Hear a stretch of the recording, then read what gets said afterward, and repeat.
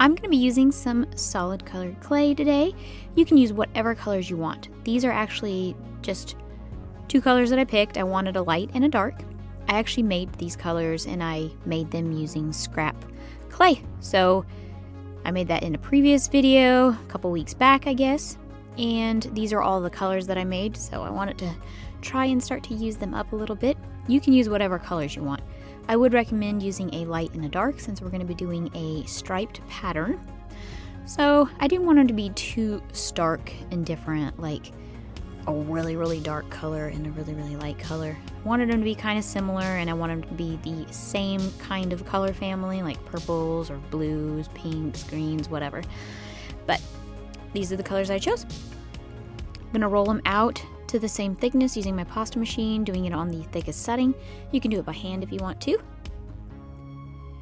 And then I'm going to cut these down to smaller, more even pieces so that I can make little sandwiches out of it.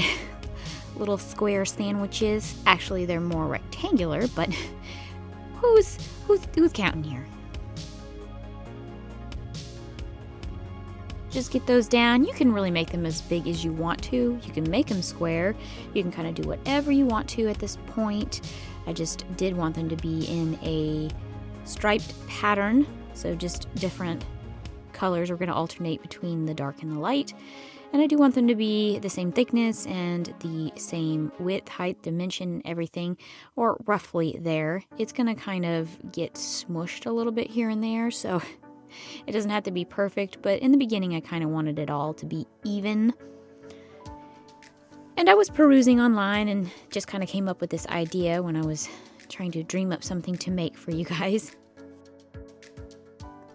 There's a few things that I would do differently in this project, and I learned those things as I went. The first, I would recommend using Premo or a firmer clay. This clay, because we're going to be using ink on it, and also because it's sculpey, it is just a softer, more mushy clay. Now, I don't think the project came out terrible or anything like that. You can use whatever clay you have, but I think to get like a really good effect, you would want to use a firmer clay. And Premo really is a very firm clay, so yeah, I would recommend trying it that way. I didn't use that, of course. And then I have all of these cutters. This is the second thing that I would change about it. I would not use these smaller pieced cutters, like that little flower one. Now, these larger ones I would use.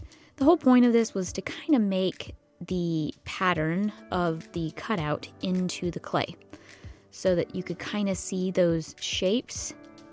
But because the clay was squishy and because I did use some really small cutters and they got stuck inside of the clay, it kind of just made things a little bit messy, but I still kind of like the mistake that it made.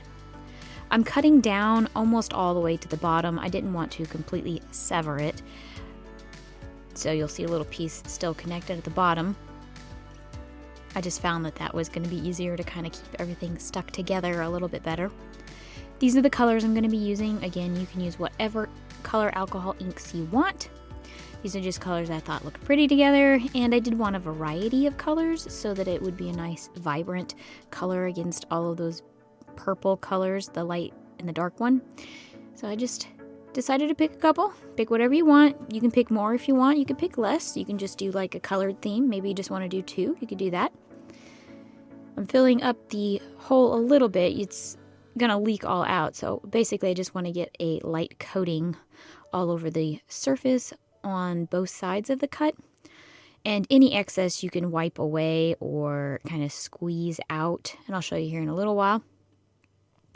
But you can use just like a paper towel, something that you can just toss away like this, and then it'll kind of help soak up some of that ink so you don't make a huge mess.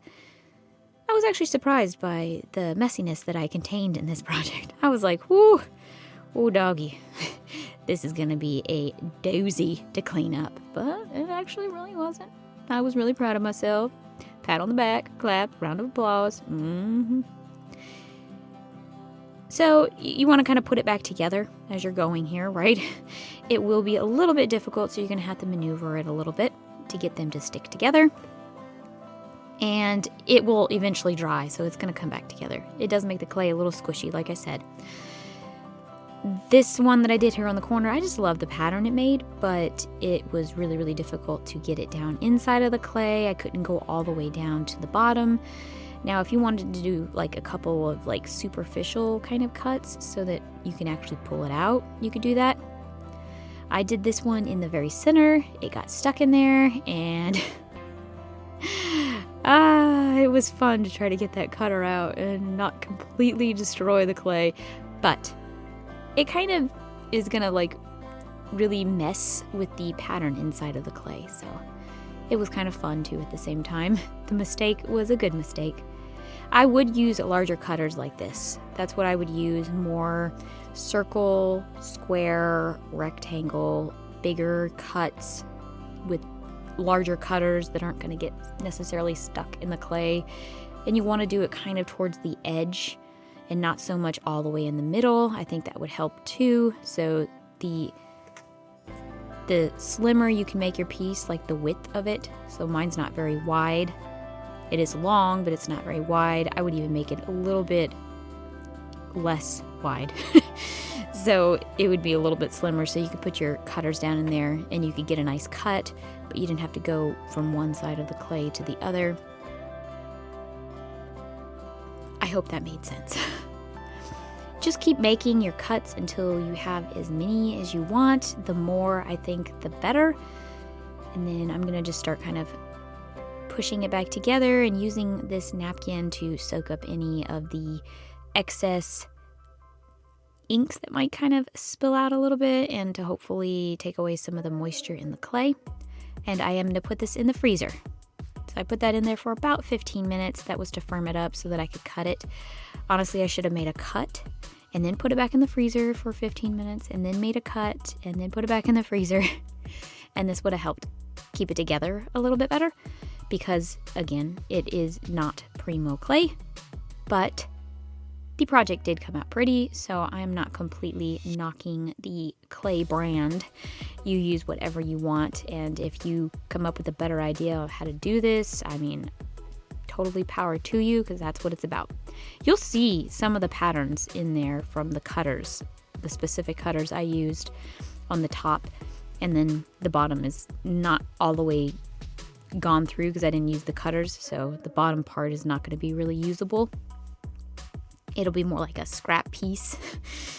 But anyway, you can kind of see at the top there the like teardrop and the rectangle piece. You can really cut this in many different ways on the sides. You could cut it. You could probably come up with a whole bunch of different patterns and ways, and it would be different depending on how you cut it. I'm just going to shave some off the top, and already my clay was getting a little bit squishy, so I should have put this back in the freezer just so I could get cleaner cuts. But it is no big deal, because honestly, there's squiggly lines and everything's kind of squiggly, so it wasn't like, oh, that was a total mess up. It totally looks like a squiggly piece that was squiggly. I just like the word squiggly today. Forgive me. You can make whatever you want from this point. I shaved off a whole bunch, and then I'm going to use different colored clays, and I'm going to put pieces across it, and then I will cut out shapes. I really liked these colors. I thought that they looked really, really good with the pattern and the colors of the purple and all the little squiggly lines in there. Squiggly. So you can choose whatever you want. I actually ended up not using that bronze color. I used this bluish green color, and then the purple one.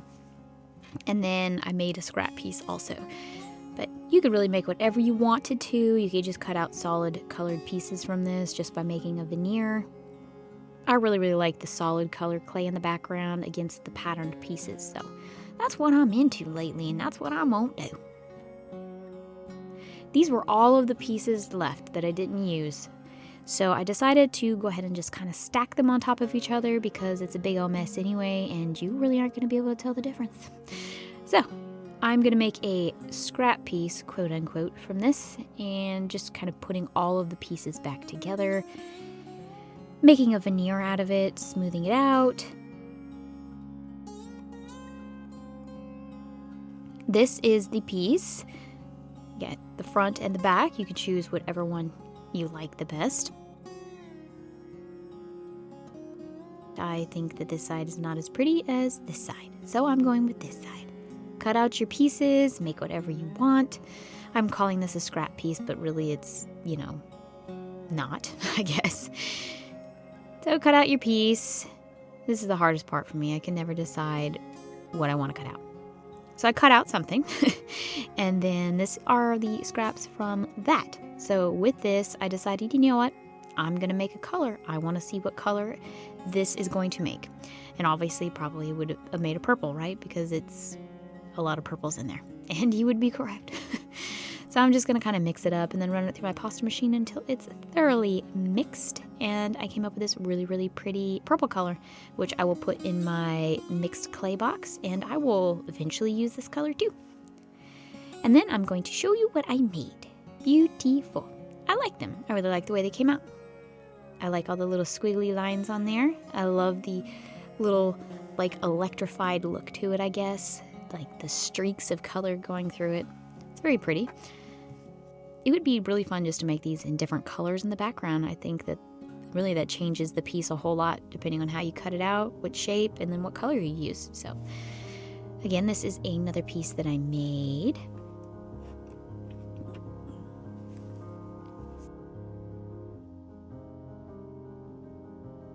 And then this is that scrap piece that I made.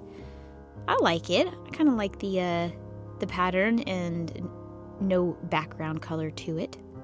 Then the front and the back are the same. And then the top, I actually put some purple on the back.